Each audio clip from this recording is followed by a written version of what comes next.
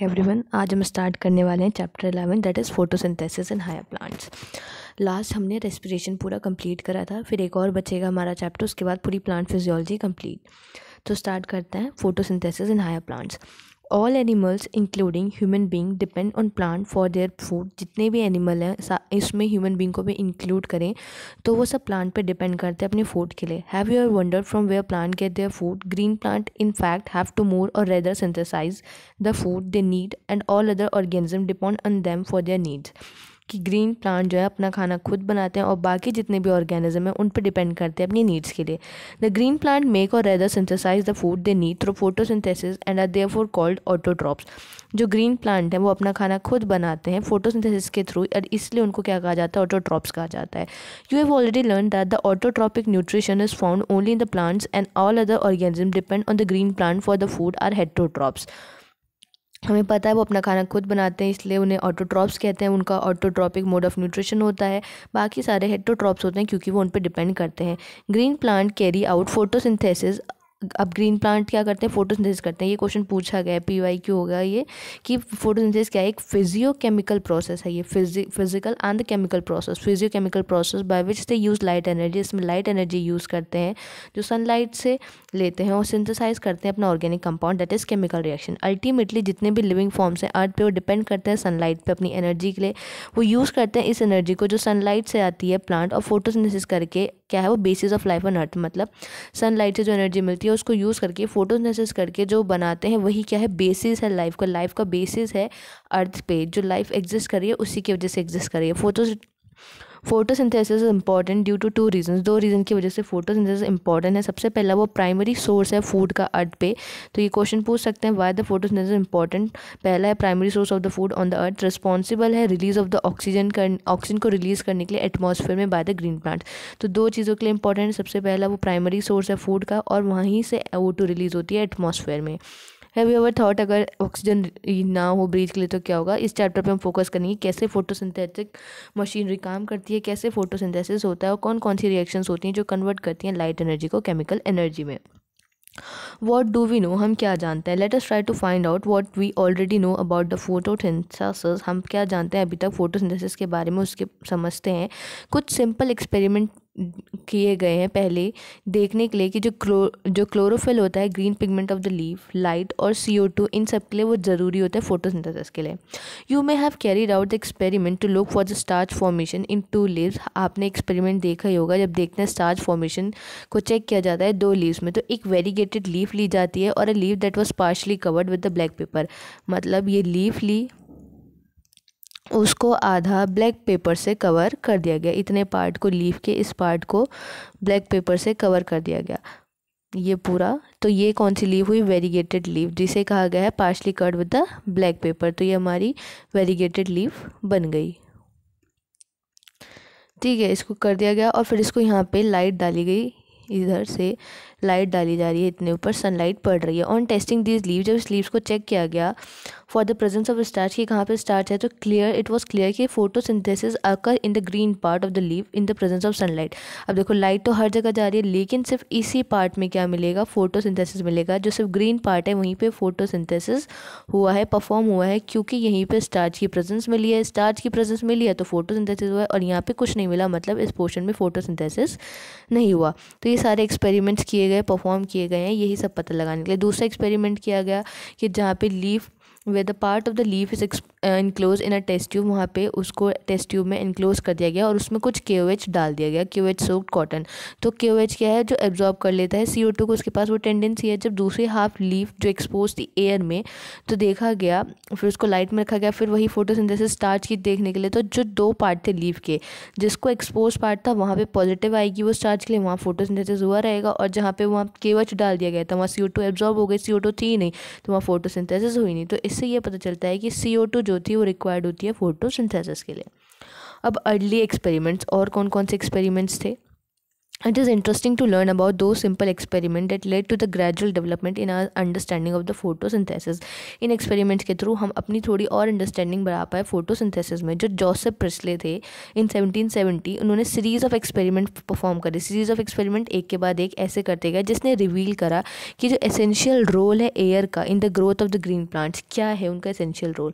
तो Joseph Presley 1733 to 1804 in 1770 performed a series of experiments that revealed the essential role of air in the growth of the green plant, कि air का क्या role है green plant की growth में.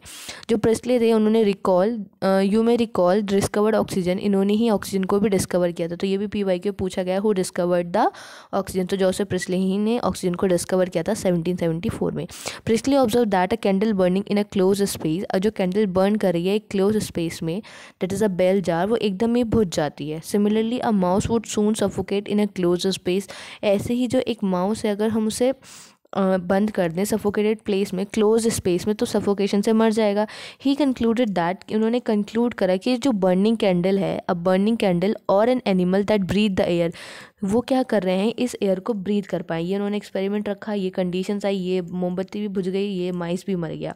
Next में उन्होंने plant रखा तो देखा कि सारी चीज़ें वहाँ पे, कैंडल भी जल रही है और माउस भी लाइव है.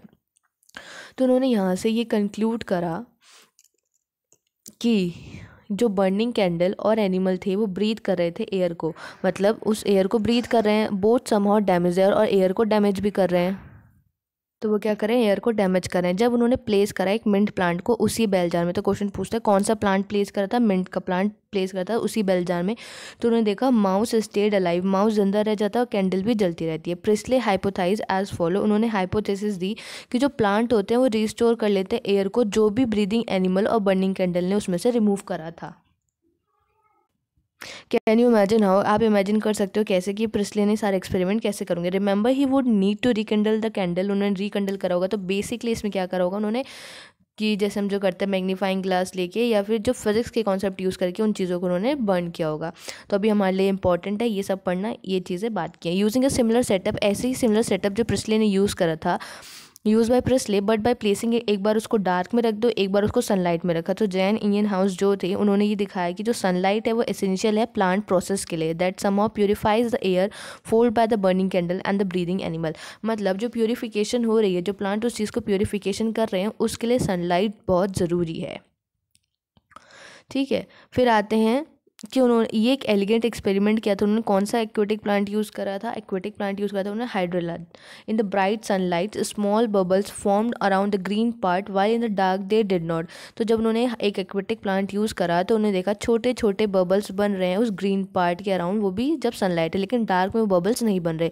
Letter he identify these bubbles to be oxygen, उन्होंने आइडेंटिफाई करा लेटर क्या बबल है, ये ऑक्सीजन है. Hence he show that the only green part of the plant that could release oxygen.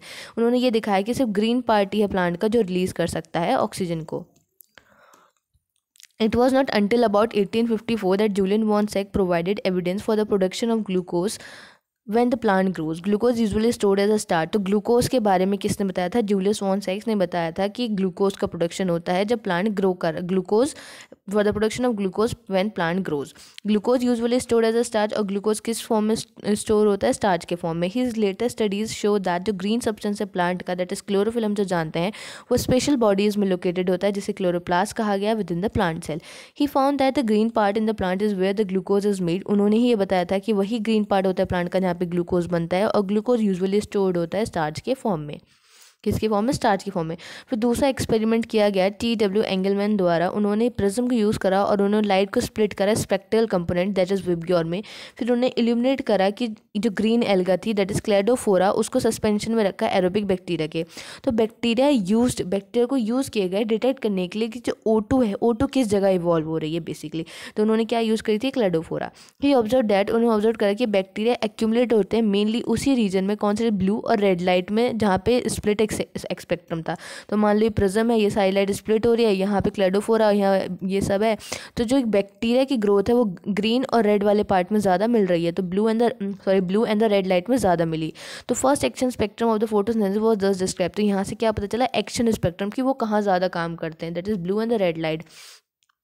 It resemble रफली the absorption spectra of the chlorophyll A and B. वो भी वही रफली क्या एक्सप्लेन कर रहे हैं, एब्जॉर्प्शन स्पेक्ट्रा के बारे में, जब हम आगे पढ़ेंगे कि कैसे क्लोरोफिल ए बी एब्जॉर्प्शन किस रेस पे या किस लाइट पे ज़्यादा होता है, किस रेस पे मैक्सिमम होता है। By the middle of the 19th century जो की फीचर थे प्लांट फोटोसिंथेसिस के were known, namely plant could use light energy. क्या था उसमें से कि प्लांट लाइट एनर्जी यूज़ करते हैं कार्बोहाइड्रेट्स बनाने के लिए CO2 और वाटर के साथ। एम्पेरिकल इक्वेशन को ऐसे रिप्रेजेंट किया गया था फोटोसिंथेसिस की, CO2 और H2 यूज़ हो रहे हैं लाइट के प्रेजेंस में, और ये हमारा ग्लूकोज या कार्बोहाइड्रेट बनता है। वहाँ पे CH2 को रिप्रेजेंट करा गया है कार्बोहाइड्रेट, जो ग्लूकोज है एक 6 कार्बन शुगर। एक माइलस्टोन कंट्रीब्यूशन जब आया फोटोसिंथेसिस में, जो किसने करा था, एक माइक्रोबायोलॉजिस्ट है, दैट इज कॉर्नेल्स वॉन नील ने किया था। Who based on his study, उन्होंने अपनी स्टडी पे बताया कि पर्पल और ग्रीन बैक्टीरिया डिमॉन्स्ट्रेट किया है, दिखाया कि फोटोसिंथेसिस एसेंशियली एक लाइट डिपेंडेंट रिएक्शन है जिसमें हाइड्रोजन एक सुटेबल ऑक्सीडाइजेबल कंपाउंड जो रिड्यूस करती है कार्बन डाइऑक्साइड को कार्बोहाइड्रेट में। तो इन्होंने ग्रीन, पर्पल और ग्रीन बैक्टीरिया को यूज़ करके ये डिमॉन्स्ट्रेट किया था फोटोसिंथेसिस लाइट डिपेंडेंट रिएक्शन होती है। तो क्वेश्चन पूछा जाता है किसने बताया था कि फोटोसिंथेसिस लाइट डिपेंडेंट रिएक्शन है, तो ये माइक्रोबायोलॉजिस्ट थे कॉर्नील, उन्होंने दिखाया था। ठीक है, और उन्होंने क्या बताया था कि हाइड्रोजन एक सुटेबल ऑक्सीडाइजेबल कंपाउंड जिसको रिड्यूस करते हैं, एक सुटेबल ऑक्सीडाइजेबल कंपाउंड है जिसको रिड्यूस किया जाता है कार्बन डाइऑक्साइड में। बेसिकली जिसमें हाइड्रोजन एक सुटेबल ऑक्सीडाइजेबल कंपाउंड रिड्यूस कर देती है कार्बन डाइऑक्साइड को कि कार्बोहाइड्रेट बन जाए। तो ये सब किसने बताया, इन्होंने बताया कि ग्रीन प्लांट में तो बेसिकली वही ना, H2 और CO2 कंबाइन हो रहे हैं, तो भाई H2 ही तो उसे रिड्यूस कर रही है किस में, कार्बोहाइड्रेट में। इन ग्रीन प्लांट H2O जो है hydrogen donor and is oxidise to O2, वही किस में ऑक्सीडाइज होती है, O2 में। Some organism do not release O2 release नहीं करते फोटोसिंथेसिस के टाइम पे। जब H2S को यूज़ किया गया instead of hydrogen donor for the purple and the green sulphur bacteria के लिए, तो ऑक्सीडेशन प्रोडक्ट क्या था वहाँ पे, सल्फर या फिर sulphur depending on the organism not O2। तो बेसिकली डिपेंड करता है कि यहाँ पे क्या यूज़ किया जा रहा है, यहाँ वाटर यूज़ किया जा रहा है, इसमें ऑक्सीजन है, तो वही वहाँ पे क्या होता है, वो रिड्यूस कर दे रहा है और साथ में क्या निकल रही है, उसके लिए ऑक्सीजन निकल रही है। Hence he inferred that O2 evolved by the green plant comes from the H2O, ना कि कार्बन डाइऑक्साइड के through. This was later proved by using the radio isotopic techniques, और ये लेटर बाद में प्रूव किया गया रेडियो आइसोटोपिक टेक्निक्स को यूज़ करके। करेक्ट इक्वेशन क्या आई, ऐसे आई कि 6 CO2 कार्बन के 6 मॉलिक्यूल 12 H2O लाइट की प्रेजेंस में ग्लूकोज का मॉलिक्यूल अंदर है 6C6H12O6, 6 H2O मॉलिक्यूल इधर रिलीज होते हैं और 6 O2 मॉलिक्यूल्स इधर रिलीज हो जाते हैं। वहाँ पे where C6H12O6 represent the glucose. The O2 release is from the water, O2 कहाँ से रिलीज होती है, वाटर से रिलीज होती है। This was proved using radio isotope techniques, ये किसके थ्रू प्रूव किया गया, रेडियो आइसोटोप टेक्निक्स को यूज करके प्रूव किया गया। Note that this is not a single reaction but description of a multi step process called photosynthesis, की एक मल्टी स्टेप रिएक्शन नहीं है, बल्कि मतलब कि ये एक सिंगल स्टेप रिएक्शन नहीं है, ये मल्टी स्टेप प्रोसेस को एक रिएक्शन में करके समअप करके दिखा दिया गया, दैट इज फोटोसिंथेसिस। अब फोटोसिंथेसिस बेसिकली होता कहाँ पे है, you would of course answer in the green leaf. कहाँ पे होता है, ग्रीन लीफ में होता है, इन द क्लोरोप्लास्ट में होता है। Based on what you have read in earlier chapter 8, you are definitely right. Photosynthesis does take place in green leaves of the plant but it does also in green part of the plant, की green leaves में भी होता है, वहीं इसके साथ साथ green parts में भी होता है। तो ग्रीन पार्ट दूसरे क्या क्या होते हैं, you would recollect from the previous unit की जो मीजोफिल सेल्स होते हैं लीव्स में, उनके पास लार्ज नंबर ऑफ क्लोरोप्लास्ट होते हैं। यूजुअली जो क्लोरोप्लास्ट अलाइन करते हैं अपने आप को कैसे, मीजोफिल सेल वॉल जो है, मीजोफिल सेल जो है जो उसकी वॉल है उसके अलॉन्ग और उसके परपेंडिकुलर या पैरेलली वो अरेंज करते हैं, वो डिपेंड करता है कि लाइट कितनी ज़्यादा मिल रही है। You have study the structure of the chloroplast in chapter 8। Chapter 8 में हमने क्लोरोप्लास्ट के बारे में पढ़ा है। तो क्लोरोप्लास्ट के अंदर मेम्ब्रेनस सिस्टम मिलता है जिसमें ग्रेना होती है, grana, stroma, lamellae, matrix, stroma, ये सब क्लोरोप्लास्ट के अंदर मिलता है। There is a clear division of the labour, clear of division labour मतलब हर एक कुछ ना कुछ काम करता है विद इन द क्लोरोप्लास्ट। जो मेम्ब्रेन सिस्टम है रिस्पॉन्सिबल होता है लाइट को ट्रैप करने के लिए और ATP बनाने के लिए और NADPH बनाने के लिए। स्ट्रोमा में एक एंजाइमेटिक रिएक्शंस होती है जो सिंथेसाइज करती है शुगर को, जो फिर बाद में क्या बनता है, स्टार्च बनता है। फॉर्मर सेट ऑफ रिएक्शन जब मतलब ATP और NADPH बन रहा है उसे क्या कहा जाता है, उसे लाइट के अंदर होती है तो उसे लाइट रिएक्शन कहा जाता है, that is photochemical reaction. Later वाली जहाँ ग्लूकोज बनता है उसे वो लाइट के प्रोडक्ट्स पर डिपेंड करती है, इसलिए उसे क्या कहा जाता है, यहाँ पर डार्क रिएक्शन कहते हैं, ATP एंड NADH। अब इसलिए नहीं कहते कि वो अंधेरे में होगी वो दिन में होगी, बेसिकली डिफ्रेंशिएट करने के लिए अलग अलग नाम दे दिए गए हैं। तो इसको कहा गया डार्क रिएक्शन। लाइट रिएक्शन जो सनलाइट की प्रेजेंस में ATP NADPH बनता है। डार्क रिएक्शन जहाँ पे ATP और NADPH that is light reaction के प्रोडक्ट को यूज़ करके क्या बनाया जाता है, कार्बोहाइड्रेट बनाया जाता है। However this should not be constructed to mean that they are in the darkness or they are not in the light dependent. वही कहा गया कि ये इसका मतलब ये नहीं कि वो अंधेरे में होते हैं या फिर वो लाइट डिपेंडेंट नहीं है। तो ये क्या है हमारा क्लोरोप्लास्ट, ये आउटर मेम्ब्रेन, फिर उसकी इनर मेम्ब्रेन, ये स्ट्रोमा लैमेले होती है, फिर इधर ग्रैना, इधर ये स्ट्रोमा, ये राइबोसोम्स, ये स्टार्च का ग्रैन्यूल, और ये है lipid droplet. Diagrammatic representation of the chloroplast. तो यहाँ पे हमारा पूरा ये ऐसे फोटोसिंथेसिस इसके अंदर आगे परफॉर्म होगा। तो इसमें तो बेसिक सा इंट्रोडक्शन ही था कि क्या क्या पहले अर्लियर क्या एक्सपेरिमेंट हुए, सारे साइंटिस्ट के एक्सपेरिमेंट्स आ गए भाई। पहले वेरीगेटेड लीफ वाला देखा, फिर KOH वाला देखा, फिर माउस वाला देखा, उसमें हाइड्रोला, फिर नेक्स्ट हमने देखा हाइड्रोला प्लांट वाला, फिर क्लेडोफोरा, फिर माइक्रोबायोलॉजिस्ट, ये सारे हमने एक्सपेरिमेंट देखे। ये इंपॉर्टेंट पार्ट है, यहाँ से क्वेश्चन पूछा जाता है। फिर पुक्की भाई होती कहाँ पे फोटोसिंथेसिस, तो बेसिकली क्लोरोप्लास्ट में होती है, और जो सेल्स होते हैं लीव्स में होती है, बेसिकली लीव्स में फिर मीजोफिल सेल्स होते हैं, वहाँ प्रेजेंट होती है, उसके अंदर क्लोरोप्लास्ट मिलता है। तो क्लोरोप्लास्ट मीजोफिल सेल वॉल्स के अकॉर्डिंग अपने आप को अलाइन करता है, वो डिपेंड करता है कि लाइट की इंटेंसिटी कितनी है। फिर ये हमने क्लोरोप्लास्ट का स्ट्रक्चर देखा, 2 रिएक्शन परफॉर्म होती है, light reaction and dark reaction. Light reaction sunlight की प्रेजेंस में होती है, उसमें क्या बनती है हमारी ATP बनती है, और साथ में क्या बनती है NADPH बनता है, ये दोनों चीज़ें बनती हैं। फिर इनको यूज़ करके क्या बनती है हमारी शुगर, दैट इज़ कार्बोहाइड्रेट। इसे कहते हैं हम डार्क रिएक्शन, और इसे कहते हैं हम लाइट रिएक्शन। डार्क इसलिए नहीं कहा गया कि अंधेरे में होती है, बेसिकली इनको डिफ्रेंशिएट करने के लिए नाम दे दिए गए हैं। डार्क रिएक्शन किस पे डिपेंड करती है, जो लाइट रिएक्शन है उनके प्रोडक्ट्स पे डिपेंड करती है। तो इस वीडियो में इतना ही रखते हैं, नेक्स्ट वीडियो में आगे से स्टार्ट करेंगे, उसमें हम पढ़ेंगे एक्शन स्पेक्ट्रा और एब्जॉर्प्शन स्पेक्ट्रा क्या होता है और कैसे कहाँ चीज़ें काम करती हैं। इसको पढ़ लेना, कोई डाउट हो तो कमेंट में मेंशन कर देना, I will try to solve it. मिलते हैं नेक्स्ट वीडियो में, तब तक ले thank you and bye bye.